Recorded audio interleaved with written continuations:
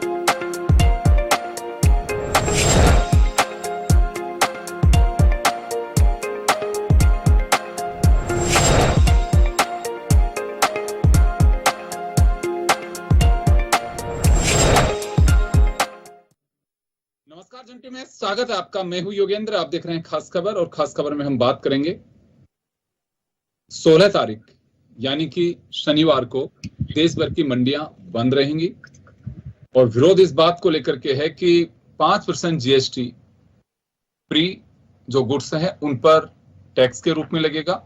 और यही विरोध है व्यापारियों का कि पहले से हम मार झेल रहे हैं और जीएसटी का जो कॉन्सेप्ट था उसके भी खिलाफ है। हम पहले चर्चा कर चुके हैं, लेकिन अब लाजमी होगा कि क्या सरकार के कोई प्रयास हो रहे हैं या व्यापारी अभी भी लामबंद है, क्योंकि बड़ा वक्त नहीं बचा है, महज एक दिन का वक्त है। और इसी बीच खबर यह है कि सरकार बिल्कुल भी तैयार नहीं है। 18 तारीख को जो जीएसटी लागू होगी यानी कि मंडे से, उसके लिए बिल्कुल तैयारी है उसकी।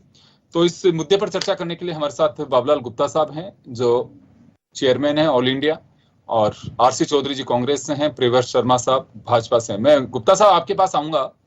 क्या किसी तरह के प्रयास हैं कि आप लोगों का विरोध है? 14 तारीख को प्रधानमंत्री जी के नाम ज्ञापन दिया, 16 तारीख को आप लोग बंद का आह्वान किया आपने, 18 से गवर्नमेंट लागू करेगी। तो कहीं कुछ संकेत हैं कि वार्ता के जरिए या फिर गवर्नमेंट करिए कि चलिए एक बार के लिए हम इसे पोस्टपोन करते हैं, बैठ के चर्चा करेंगे, उसके बाद बात देखते हैं क्या होता है? कुछ संकेत है कोई? नहीं योगेंद्र जी, ऐसा तो कोई संकेत नहीं है।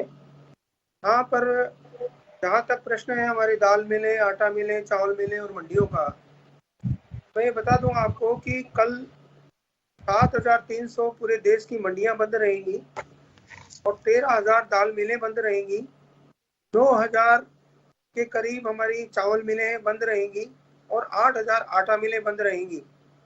और समर्थन दिया है जितने भी पूरी 30 लाख चक्कियां हैं, आटा चक्कियां, उन सब ने। तो मेरा कहने का मतलब यह है कि इतना बड़ा ये जो वर्ग है, और ये वर्ग पूरा, हम बार बार ये कहते रहेंगे भारतीय उद्योग व्यापार मंडल तो है ही भाजपा का, वो तो शुरू से लेके आखिर तक श्याम बिहारी जी मिश्रा ने इसको खड़ा किया। श्याम बिहारी जी मिश्रा भी है नहीं, वो 4 बार MP रह चुके हैं भाजपा के। और हम इससे बार बार ये कहते आ रहे थे कि भाई आपने तिलहन पर टैक्स लगा रखा है और मसाले पे लगा रखा है, और बार बार माननीय प्रधानमंत्री जी और हमारे जो निवर्तमान जेटली साहब ये कहते थे कि नहीं आवश्यक वस्तुओं पे जीएसटी नहीं लगेगा, और अभी भी यही कहा जा रहा था कि नहीं हम महंगाई नहीं बढ़ाएंगे और किसी भी प्रकार की जीएसटी नहीं बढ़ाया जाएगा। अब ये जीएसटी काउंसिल ने 28-29 को निर्णय लिया और 13 तारीख को इसका नोटिफिकेशन आ गया, और उसमें ये कह दिया गया कि जितने भी खाने के अनाज हैं उन सब पर, चाहे वो पैक में हो, लेबल पे हो, और उनको भी ये कह दिया गया कि लीगल मेट्रोलॉजिकल एक्ट इस पर प्रभावित कर दिया गया। इसका मतलब ये है कि कोई भी चीज न तो खुली बिक सकती है और ना ही बिगर लेवल के बिक सकती है, उसको लिखना पड़ेगा कि इस चीज पर कब ये एक्सपायरी होगी और ये कौन सी ये चीज है, कौन सी क्वालिटी की है। तो ये सारी बातें करने के कारण हमारा जो ट्रेड है वो बहुत दुखी है कि पहले ही हम ये कोरोना में मर चुके हैं। हमारे 50,000 से ज्यादा अभी लिस्ट आई थी रिजर्व बैंक की, हमारे एसबीआई की, कि वो एनपीए हो चुके हैं। उनमें से हमारे जो फूड ग्रेन के व्यापारी हैं उनकी संख्या ज्यादा है। तो ऐसी स्थिति में एक नया कर लगा देना ये बहुत ही घातक बात है। कहाँ तक सहें जीएसटी 1, जीएसटी 2, जीएसटी 3, जीएसटी 4, फिर आप ऑडिट, फिर उसके बाद में स्क्रूटनी, मतलब कोई एक खेल थोड़ी है, फिर उसके बीच में बेबिल। तो ये सारी बातें इतनी दुखी करती हैं जिसका कोई ठिकाना नहीं है। और इसीलिए हमने बार बार निवेदन किया है माननीय प्रधानमंत्री जी से और वित्त मंत्री जी से कि देखिए वो बात आपकी सही है कि भाई माँ भी दूध नहीं पिलाती है यदि आदमी बोले नहीं तो। इसीलिए हमने एक दिन का ये जो बंद का आह्वान किया है, पर लोगों में बड़ा रोष है। अभी मेरी बात हो रही थी तरसेम जी से, जो चावल के पूरे राष्ट्र के अध्यक्ष है चावल मिल के, तो वो यही कह रहे थे कि भाई साहब अन्याय पे अन्याय होता जा रहा है और हम कुछ हाथ पे हाथ धरे बैठे हैं, कुछ कर नहीं पा रहे हैं। ये यहाँ जी मैं आ रहा हूँ आपके पास में। प्रियव्रत शर्मा साहब आपके पास आना चाहूंगा। व्यापारियों का ये मानना है कि हमेशा भाजपा के साथ में रहे और समय समय पे कॉपरेट भी किया, जो बाबूलाल गुप्ता जी कह रहे हैं और दिखता भी है, लेकिन ये नहीं सोचा था कि सरकार एक के बाद टैक्स इसी तरह से लाती रहेगी और जो कॉन्सेप्ट बनाया है जीएसटी का उसकी भावना के खिलाफ जाकर के इस तरह से टैक्स लगाया जाएगा। कोरोना की मार, मंदी की मार, उसके ऊपर से एक टैक्स, और ये व्यापारियों का कहना, इसी के विरोध में बंद का आह्वान किया। नमस्कार सर, बाबूलाल जी गुप्ता जी नमस्कार। नमस्कार सर, ये बात सही है कि भाजपा सबकी है और भाजपा के सब हैं। बहुत बहुत अच्छी बात कही बाबूलाल जी ने कि व्यापारी भाई सब हैं और हमेशा से बने रहे और हमेशा बने रहेंगे। लेकिन जो एक 6/2022 का नोटिफिकेशन आया है, थोड़ा इसको समझने की भी आवश्यकता है कि इसमें 3 चीजें बोली है। पहले भी प्री लेवल और प्री पैकेज जो ब्रांडेड था उस पर जीएसटी था, लेकिन अभी जो बोला है उसमें 3 कंडीशंस बेसिकली है। एक तो 25 किलो से ऊपर का यदि कोई ब्रांडेड नहीं है या ब्रांड कोई क्लेम नहीं करता है उसके ऊपर कोई जीएसटी है नहीं। 25 किलो से नीचे की जहां तक बात आती है, इसको क्यों ध्यान में लाया? जो बड़े बड़े ब्रांडेड स्टोर हैं, एक्चुअल में इसमें आम आदमी को फायदा ही है। इससे बड़े बड़े ब्रांडेड स्टोर हैं, वो ब्रांड में माल बेच रहे हैं लेकिन उसमें मार्केटेड बाय कुछ और लिख रहे हैं। जैसे मेरा कोई ब्रांड है, एक एक्स ब्रांड है, एक्स ब्रांड का मैं ओनर हूँ, मैंने मेरे ही फैमिली में तो दूसरी कंपनी क्रिएट करती है कि मार्केटेड बाय ये और उसको मैं बेच रहा हूँ, और वो डिस्क्लेमर कर देता है कि ये ब्रांड में क्लेम नहीं करता हूँ। तो ये एक तरीके से इनडायरेक्ट वे में जीएसटी की चोरी कहीं ना कहीं हो रही थी, जो पहले से था लेकिन उसकी चोरी हो रही थी। अब उसको गवर्नमेंट ने रोका कि बड़े व्यापारी, बड़े ब्रांड जो बेच रहे हैं माल, उससे छोटे व्यापारियों को तो माल ही बिकना बंद हो गया, क्योंकि वो तो बेचारे ना तो लेवल लिखते हैं, वो पैकेज जरूर करते हैं प्लास्टिक की थैली में, लेकिन वो माल नहीं बेच पा रहे थे अपना। तो जो मास व्यापारी वर्ग है उससे इसको फायदा होगा। कुछ लोग कंट्रोल कर रहे थे, 1-2 लोग, उससे उनको नुकसान जरूर है। दूसरी बात यह कि 25 किलो से या 25 लीटर से ऊपर पे जो भी डिस्क्लेमर डाल रहा है कि मेरा ब्रांड नहीं है, तो उसमें तो जीएसटी है ही नहीं। तो ना तो किसान को कोई फायदा नुकसान हुआ इसमें, ना कोई बड़े मिलों को नुकसान हुआ, बोरी में जो बेच रहे हैं उनको तो कोई जीएसटी लगेगा ही नहीं। तो कहीं से भी इसको थोड़ा समझने की जरूरत है। 1-2 दिन में क्लैरिफिकेशन सब लोग आपस में करेंगे तो कहीं भी कोई दुर्भावना नहीं। व्यापारियों को तो चलिए, मैं बाबूलाल जी वापस आपके पास आना चाहूंगा। ये कहा जा रहा है कि व्यापारियों को थोड़ा समझने की जरूरत है, इसे क्लेरिफाई कर रहे हैं भाजपा के प्रवक्ता, और ये भी कह रहे हैं कि सहूलियत है तो व्यापारियों को तो फायदा हो रहा है इससे। देखिए, मैं एक निवेदन करूं आपसे कि एक प्रेस नोट आया था जो 28 और 29 जून को जो हुई थी, जीएसटी काउंसिल की मीटिंग, उसमें एक रिटेल शब्द था, वो रिटेल शब्द को अब हटा दिया गया है और सीधा सीधा ये है कि मंडी में अनाज आएगा, किसान ढेर करेगा और बिकेगा, और बिकते ही वो बैग में भरा जाएगा। बैग चाहे नया हो या पुराना हो, बारदाना लगाएगा, उसमें माल भर गया, पैक हो गया, तो पैक होते ही और उस पर जीएसटी संधारित करना ही पड़ेगा, उसमें कोई दो राय नहीं। अब बात रही मिलों में जाने की, जैसे चावल मिलें हैं, ये बात इनकी सही थी कि कुछ मिलें ऐसी कर रही थी, परंतु मैं एक बात बताना चाहता हूं कि चोरी को रोकने के लिए एक बहुत बड़े वर्ग को दिक्कत में डाल दिया जाए, तो फिर ये तो सरकार चलाने की बात नहीं हुई, ये तो व्यापारी के साथ में बहुत ही बड़ा, मतलब यूं कहा जा सकता है कि जैसे कोई सोच ही नहीं हो व्यापारी के लिए। मतलब एक कितने लोग हैं वो, अगर कोई दावत चावल बेचता है या लाल किला बेचता है या आईटीसी का आटा आशीर्वाद बेचता है या पतंजलि का आटा बेचता है, कितने लोग हैं? अगर वो चोरी करते हो तो उनको पकड़ो, वो एक अलग बात थी, परंतु जब पूरे मास पर, आज मैं अभी कम से कम भी मेरे 100 लोग चावल मिल जुड़े हुए थे, साउथ से भी जुड़े हुए थे, महाराष्ट्र से भी जुड़े हुए थे, मैंने भी सीखी, अपने पंजाब से जुड़े हुए थे, हरियाणा से जुड़े हुए थे।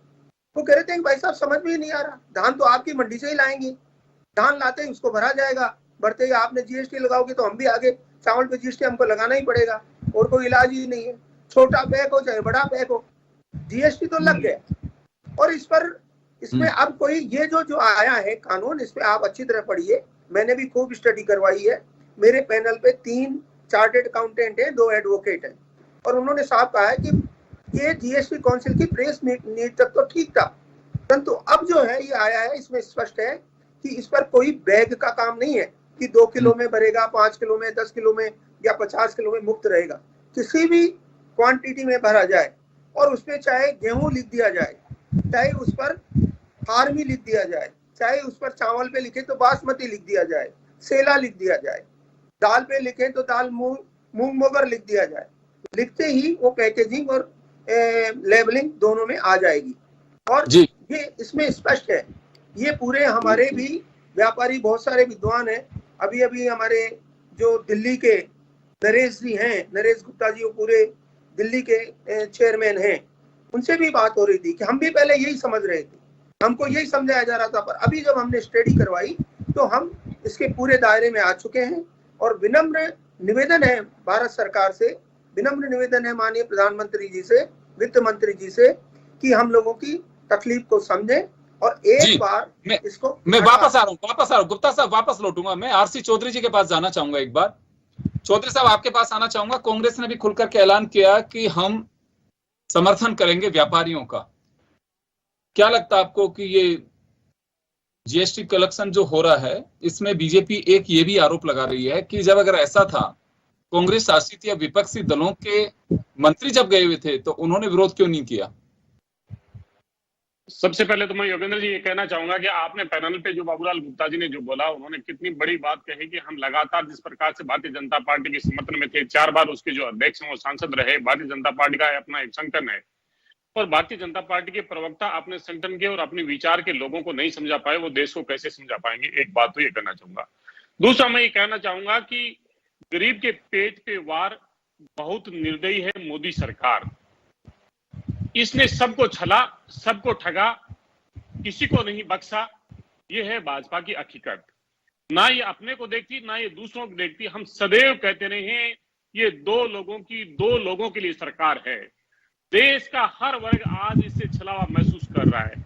ये 47वीं जीएसटी की जब काउंसिल की मीटिंग हुई, हम उम्मीद करते थे कि देश के अंदर बेरोजगारी चरम पे है, देश के अंदर असंगठित क्षेत्र जो इस अर्थव्यवस्था से बाहर निकल गया। जीएसटी के बाद में देश की अर्थव्यवस्था जो 2014 में हंसती खेलती फलती फूलती बढ़ रही थी, जो भाजपा के नेता 5 ट्रिलियन इकोनॉमी की बात कर रहे थे, नोटबंदी हो, जीएसटी हो, चाहे लॉकडाउन हो, इस देश की अर्थव्यवस्था को तबाह करके रख दिया। आज जरूरत यह थी कि व्यापारी को, मजदूर को, बेरोजगार को सहारा दिया जाता, लेकिन आज गरीब की थाली से उसका निवाला छीनने का काम भारतीय जनता पार्टी ने किया। बीजेपी के नेता ने कहा है अभी कि जीएसटी के अंदर ऐसे ऐसे ये सब चीजें हुई। वहां पे मैंने वित्त मंत्री जी का वो वक्तव्य सुना है, वो कहते हैं हम हॉर्स ट्रेडिंग पे, हॉर्स रेसिंग पे नहीं, हॉर्स ट्रेडिंग पे जीएसटी लगाने पे विचार करें।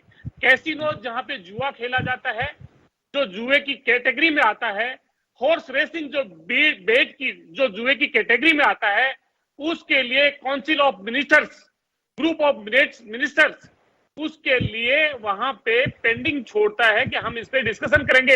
लेकिन गरीब की, जो गुप्ता साहब ने कहा, चाहे उसकी अनाज हो, मछली हो, पनीर हो, लस्सी हो, शहद हो, गुड़ हो, आटा हो, छाछ हो, मूरी हो, जो उसके गरीब का निवाला है, उस पे जीएसटी लगाते हुए भारतीय जनता पार्टी की सरकार ने एक पल भी नहीं सोचा।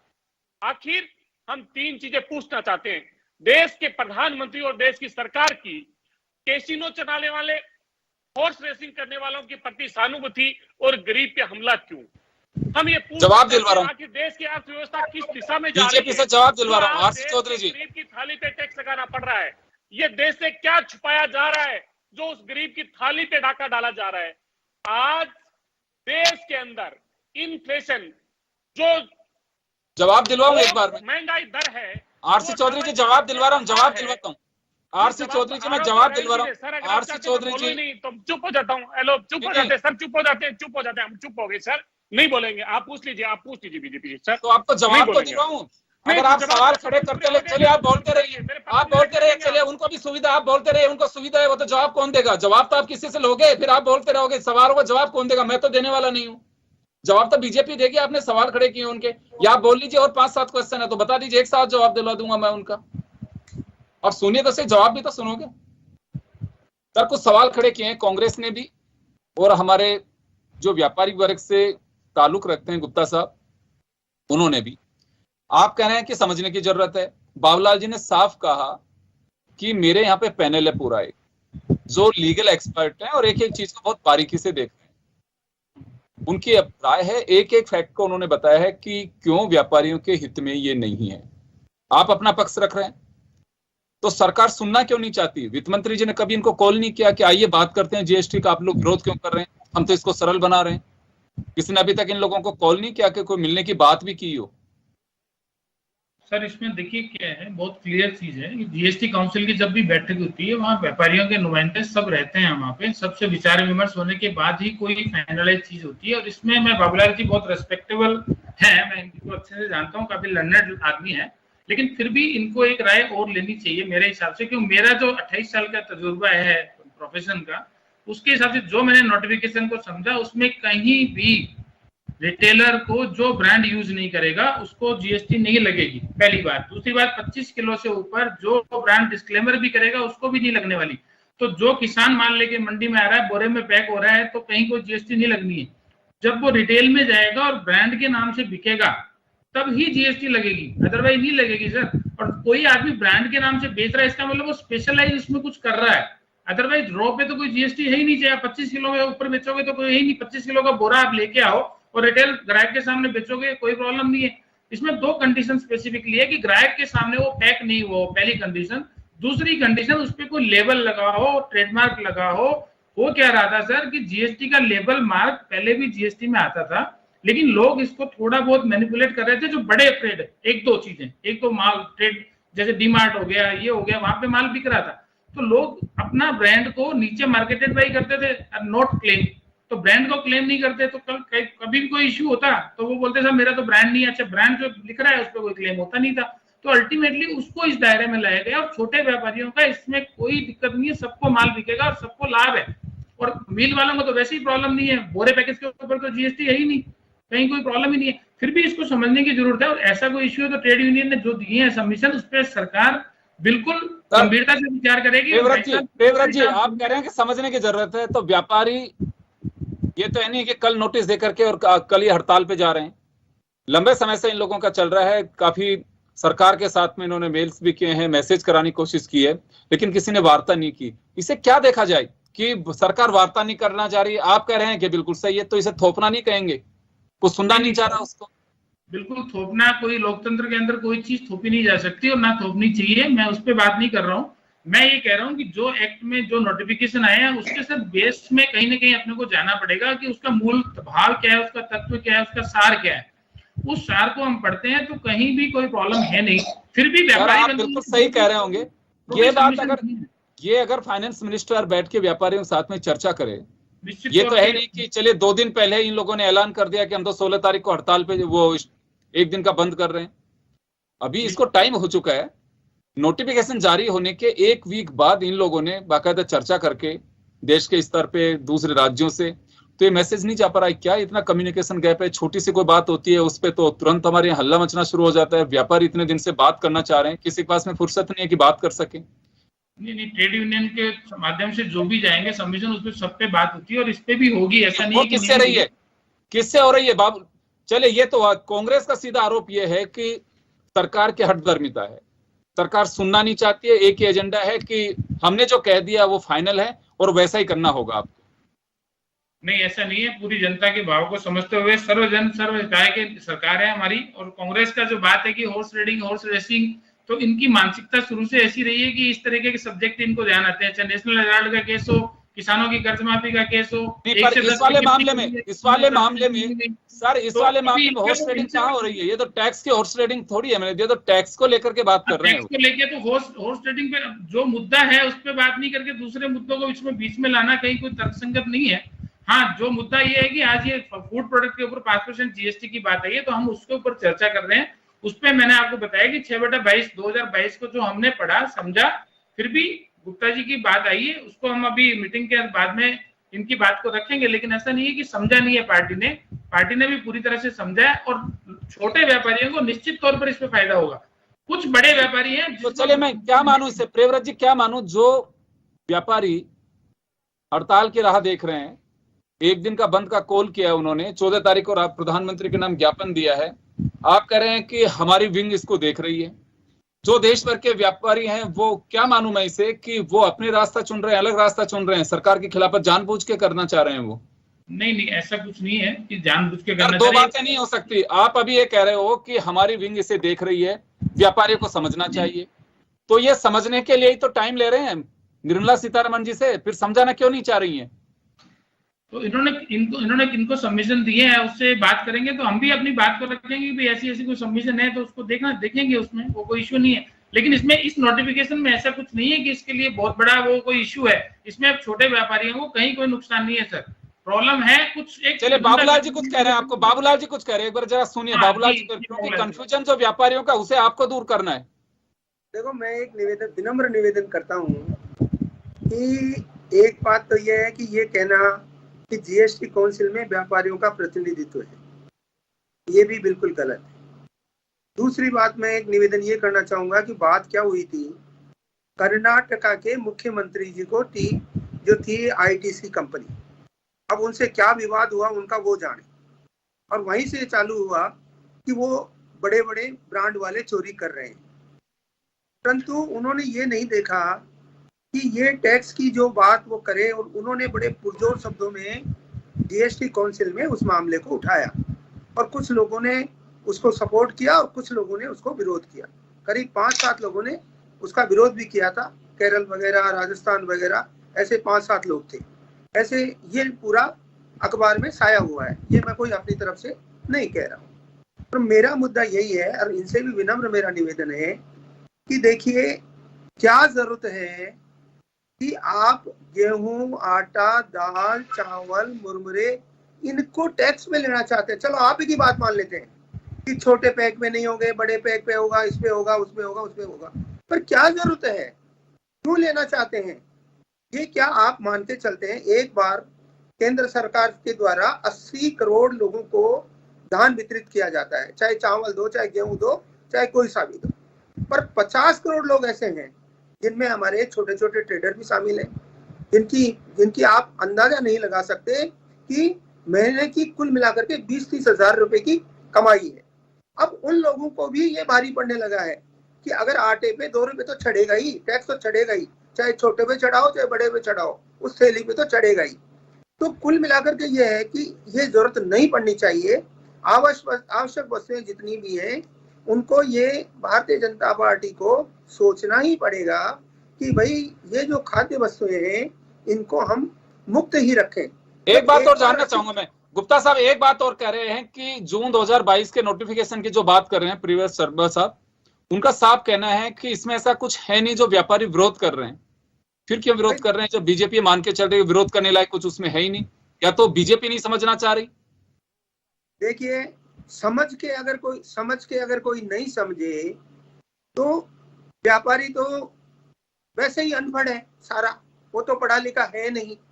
परंतु ये साफ है कि गेहूं, आटा, दाल, मुरमुरे, गुड़ आदि चीजों पर ग्रेन्स की पूरी ग्रेन्स में लिखा हुआ इसमें, और उसमें यह भी शब्द है कि लीगल मेट्रोलॉजी एक्ट में जो भी प्रावधान है वो सब लागू हो जाएंगे। वो प्रावधान लागू होते पहले तो मंडी का ही नंबर आएगा। आज की तारीख में हमने मंडी को मुक्त करा रखा है FSSAI से कि भाई मंडी में आके क्या करोगे, वहाँ कौन सा तो आपको डैमेज मिलेगा और कौन सा सारा माल किसान का आता है। परंतु जैसे ये लागू हो जाएगा तो ये लागू होते ही मंडी पर ये एक्ट प्रिवेल करेगा कि भाई आप जो भी माल बेचोगे जी वो माल पूरा का पूरा आपको अब पैक करना पड़ेगा और आपको लेबल करना पड़ेगा। और बढ़िया परिभाषा है उनकी, पैकेजिंग एंड लेबलिंग। ये लगते ही इस पे टैक्स लगेगा। इसको चाहे 10 बार गिन लें और चाहे 20 बार गिन लें, छोटे पे लगा लें चाहे बड़े पे लगा लें। अब ये तो अलग बात हुई कि मशीनरी जो ग्राइंड करती है, अब आप इनकी देखिए कि जो एग्रीकल्चर प्रोड्यूस को जो चक्की जो पीसती है, जो ग्लेडिंग और क्लीनिंग करती है, उसको 5% से 18% में लिया है।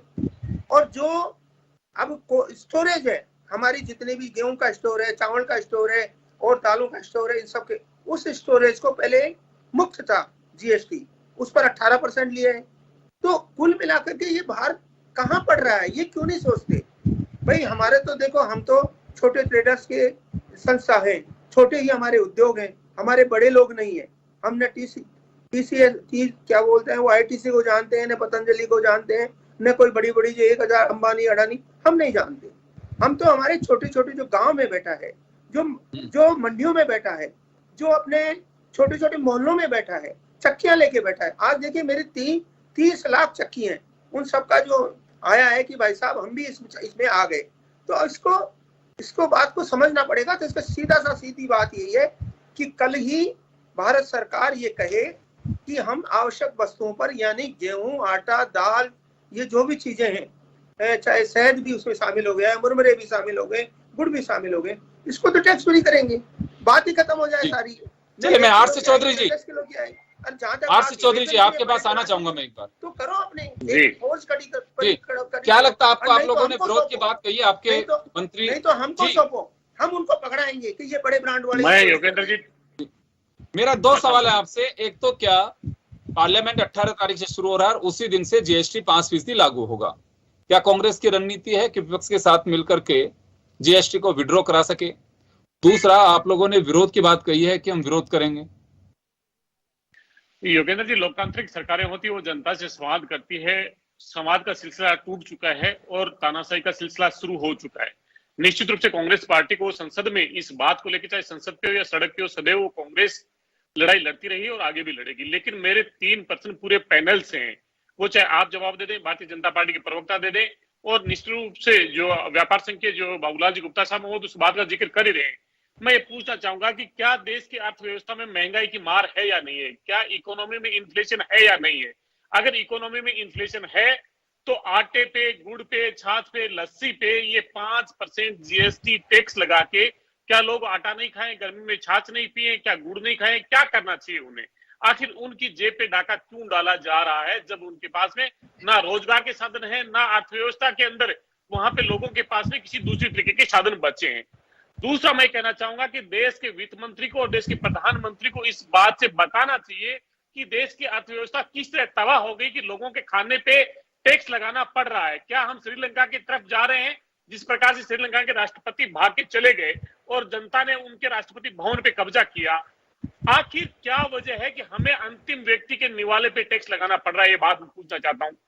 तीसरा, मैं कहना चाहूंगा कि भारतीय जनता पार्टी उसी जो काउंसिल की मीटिंग के अंदर कैसीनो और हॉर्स रेसिंग पे GST लगाने की बात करती है और फिर उसको छोड़ दिया जाता है कि हम इसके जो स्टेक होल्डर्स हैं उनसे चर्चा करेंगे। लेकिन आटे पे, गुड़ पे, इस पे किसी से भी चर्चा करने की जरूरत नहीं है। और ये मैं नहीं बोला, भारतीय जनता पार्टी के प्रवक्ता ने जो झूठ बोला वो बाबूलाल जी गुप्ता ने बता दिया कि किसी भी व्यापार संघ से ये ऐसा डिस्कशन नहीं हुआ। और दूसरा ये भी बता दिया कि किन राज्यों ने उसका विरोध किया था। देश के लिए चुनौती भरा समय है, इसलिए मैं चाहता हूं विनम्रता पूर्वक कि इन 3 प्रश्नों का जवाब दें। महंगाई के दौर में ये डायन का दंश क्यों है? ये महंगाई के दौर में जीएसटी का दंश लोगों को क्यों है? जहां पे छोटे व्यापारी तबाह हो गए, असंगठित क्षेत्र को मुख्य धारा में वापस लाना था, उस पे वापस दंश क्यों? हम दूसरा कहना चाहते हैं कि वित्त मंत्री की और देश के प्रधानमंत्री को बताना चाहिए देश की अर्थव्यवस्था क्या इस बुरे दौर से गुजर रही है कि हमें और हमारे आय के स्रोत बंद हो गए, लोगों के निवाले से ही हमारी आय होगी। और ये दोहरा चरित्र क्यों? ये मेरे प्रश्न है। शर्मा साहब आपके पास आना चाहूंगा। कांग्रेस के सवाल साफ हैं। पहली तो ये बात है कि क्या महंगाई है? महंगाई है तो सरकार जानबूझ करके भी उस गरीब की थाली पर टैक्स क्यों? क्या वास्तव में पोजीशन ये हो गई कि हम भी श्रीलंका के रूट पे जा रहे हैं? ये इनके सवाल हैं। सर मैं सबसे पहले तो महंगाई पे आता हूँ। इन्होंने पूछा महंगाई है, निश्चित तौर पे आज पूरे वर्ल्ड में, पूरे विश्व में महंगाई का दौर है, कोई भारत उससे अछूता नहीं रह सकता, निश्चित तौर पे है। लेकिन ये श्रीलंका की बात करें तो श्रीलंका की ये बात कर रहे हैं तो इनको ये सोचना चाहिए कि श्रीलंका पे जो जीडीपी का डेट टू रेशियो है वो 129% है। लेकिन आज मोदी जी की जो नीतियां हैं और जो उनका प्रतिनिधित्व है देश का, उसके कारण हमारा जीडीपी का अभी भी जो रेशियो है वो 19% डेट पे अपन बैठे हैं। तो आज हमारी इकोनॉमी कहीं ऐसी हालत में नहीं है श्रीलंका में। बुरा क्यों सोचे आप? बुरा सोचना ही शुरू करते हो हमेशा। आरबीआई की इन्फ्लेशन की लिमिट 6% है सर। आरबीआई का इन्फ्लेशन आज यूक्रेन के बीच में आरबीआई की लिमिट को क्रॉस कर रखा है।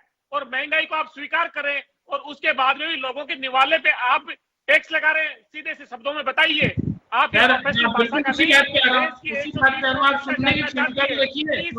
दौर में आपने जीएसटी क्यों लगाई? हाँ तो मैं बात बोल रहा हूँ, मेरी बात पूरी होने दीजिए, फिर आपकी बात पूरी सुनूंगा मैं शांति से। आप बात कर रहे हैं कि श्रीलंका के दौर, तो आप इनको नेगेटिव सोचना बंद करिए, क्योंकि इतना की जरूरत नहीं है।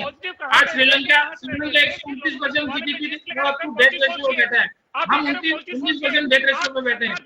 दूसरी बात आप बात कर रहे हो कि आपकी आरसी चौधरी जी जवाब तो सुनिए, जवाब दे रहे हैं। उसके बाद कितने प्रदर्शन हुए तब जाके आपने जीएसटी रेट कम किया, जीएसटी रेट पेट्रोल पे कम किया। आपने क्यों नहीं किया? जब बाकी सरकार ने कर दिया तो आपने क्यों नहीं किया? आपने महंगाई एक साल से कम बढ़ाती रही। आज ऐसे सवाल करते हो। तीसरी बात आप कर रहे हो, देश की 130 करोड़ आबादी को ऐसे ही प्रतिदिन लूटेंगे जैसे पेट्रोल डीजल गैस पे प्रतिदिन। ये गरीब कल्याण करने वाली सरकार है, गरीबों की सरकार है। आप निश्चिंत रहिए इसके ऊपर। लूटेंगे हम देश के लोगों को। मोदी जी की सोच है सबका साथ, सबका विकास, सबका विश्वास, इसी की सोच में हम चल रहे हैं। और आप निश्चिंत रहिए। ये जो बात रही है प्रियव्रत जी, चलिए कांग्रेस सियासत कर सकती है, छोड़ा नहीं जिसको हमने ठगा नहीं। कांग्रेस चलिए सियासत कर लेंगे। बाबूलाल गुप्ता जी के जो सवाल स्टैंड कर रहे हैं सर, बाबूलाल गुप्ता जी के जो सवाल स्टैंड कर रहे हैं कि किसी से कोई चर्चा नहीं हुई है, उनके ऊपर आता हूँ। बाबूलाल जी गुप्ता जी ने जो बोला कि कुछ बड़े व्यापारी, इन्होंने भी माना कि कुछ बड़े लोग 2-4 हैं जो इस तरीके का कर रहे हैं। पहली चीज तो सर आप एक सिंपल सी बात समझिए कि कोई भी पैकेज फूड 1 किलो या 2 किलो का बिकता है किसी भी ब्रांडेड स्टोर के अंदर। कर्नाटक के मुख्यमंत्री का विवाद क्या है कंपनी के साथ में? कर्नाटक के मुख्यमंत्री का विवाद बताइए। मेरी बात पूरी होने दीजिए सर, आप बीच में बोलते हो कैसे बात होगी सर? तो वो आ रहे हैं, जवाब पे आ रहे हैं। तो मैं जवाब दे रहा हूँ, जवाब तो सुनिए, जवाब टाइम हो रहा है मेरा। चलिए टाइम हो रहा है, जवाब सुनिए। जवाब चौधरी जी जवाब तो सुनेंगे, जवाब सुनिए। प्रियव्रत जी समय बहुत कम है, आप अपनी बात 30 सेकंड में वाइंड अप करिए। कोई भी मूंग की दाल भी 1 किलो यदि ब्रांडेड डीमार्ट में बिकता है और लोकल बिकता है, उसमें प्राइस में डिफरेंस क्या होता है? कोई भी आदमी पैकेज फूड को जब बनाता है तो अपनी ब्रांड की वैल्यू ग्राहक से वसूल कर रहा है। जब वो ग्राहक से कोई वैल्यू वसूल कर रहा है, सरकार उस पर टैक्स ले रही है, खुले पे तो टैक्स नहीं ले रही है। आज छोटे छोटे व्यापारी, लाखों व्यापारी हैं, उनकी सेल कम हो गई है। मेरे तो क्लाइंट है साहब छोटे व्यापारी, वो बोलते हैं ना ब्रांडेड स्टोर ने हमारा धंधा बंद कर दिया है, जीना आराम कर दिया है। तो उनकी तरफ लोगों ने, प्रधानमंत्री जी ने देखा है, हमारी सरकार ने उनकी तरफ देखा है। वो है 99%, 1% लोग हैं जो इस तरीके का काम करके लोगों से वसूली कर रहे हैं। 5 रुपए की जगह 5.5 रुपए वसूल कर रहा है, उससे टैक्स लेना जायज है। चले मेरा लेकिन एक सवाल है, मेरा सवाल है, मेरा प्रियव्रत जी एक सवाल है, सवाल ये है, मेरा सवाल ये है कि अक्सर मैं ये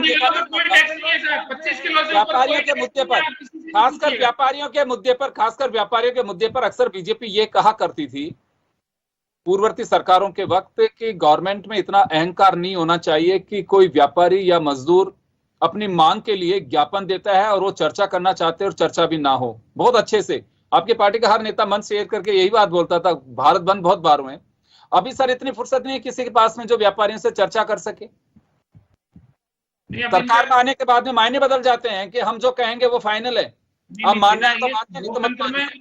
लोकतंत्र में मांग और चर्चा ये हमेशा जीवंत रहेंगे, ये कब होगी चलता रहेगा। अब इन्होंने जिनको भी दिया है तो मुझे इस बात की जानकारी अभी नहीं है, लेकिन मैं पता करता हूँ और जो भी है बात करेंगे। लेकिन मैं ये बता रहा हूँ इस नोटिफिकेशन में कहीं कोई इश्यू नहीं, इसका क्लैरिफिकेशन ढंग से लेना पड़ेगा। बाबूलाल जी क्या लगता है बीजेपी को ये लग रहा है कि उचित प्लेटफॉर्म पे आप लोगों ने बात नहीं पहुंचा, इस वजह से अभी तक चर्चा नहीं हो पाई है?